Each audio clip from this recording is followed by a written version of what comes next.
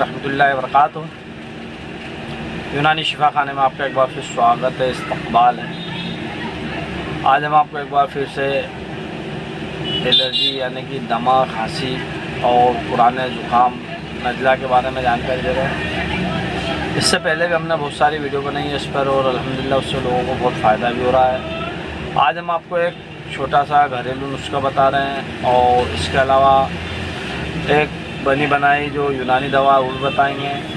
ये दवा ऐसी है जिसका लंग्स में सिकुड़ गए हो या लंग्स में प्रॉब्लम हो रही हो, सांस लेने में तकलीफ़ आ रही हो, या जिन लोगों को सर्दी बनी हुई रहती है या कफ निकलते रहते हैं या खांसी हो, पुरानी सर्दी हो, पुराना नज़ला हो, उन लोगों के लिए बहुत ही शानदार और बहुत ही बढ़िया कारगर नुस्खा है जो कि हम आपको अभी बता रहे हैं और एक दवा बता रहे हैं। आप इसे एक बार इस्तेमाल ज़रूर कीजिए। अगर आप दवा ले लेकर थक गए हैं तो इसे भी एक बार इस्तेमाल कर लीजिए। तो आपको करना क्या है, लेना है आपको एक अदरक का टुकड़ा 1 इंच का ले लीजिए, उसके साथ लहसुन की 3 कली ले लीजिए और उसके बाद आप कम से कम 2 बड़े टुकड़े दालचीनी के लिए करीब 1 ग्राम के करीब दालचीनी ले लीजिए और इन्हें थोड़े से गुड़ में मिलाकर 1 कप पानी में अच्छे उबाल लीजिए, या आप 2 कप पानी ले लीजिए और अगर 1 कप बच जाए तो आप उसे रोज़ाना खाली पेट सुबह इस्तेमाल कीजिए।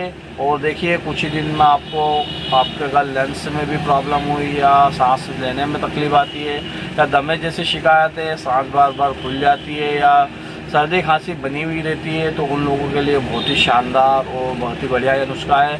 आप ज़रूर इसे इस्तेमाल कीजिए। और बने बनाए नुस्खे के लिए बनी बनाई दवाई भी हम आपको बता देते हैं कि देखिए मेरे हाथ में ये हयातीन है।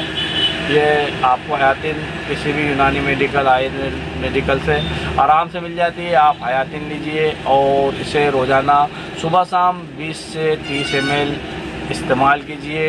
हल्के गर्म पानी में मिला कर लीजिए या ऐसे सादा भी ले सकते हैं। और इसके साथ आपको एक चीज़ और लेनी है, ये लौक सबिस्तान ये एक माजून है, मतलब चटनी होती है, माजून एक चटनी है। ये आप रोज़ाना 1 कप अच्छा गर्म पानी कर लीजिए और इसका 1 चम्मच उसमें मिलाकर चाय की तरह रोज़ाना सुबह शाम इस्तेमाल कीजिए। फिर देखिए आप कुछ ही दिनों में आपको आपकी समस्या से निजात मिल जाएगी।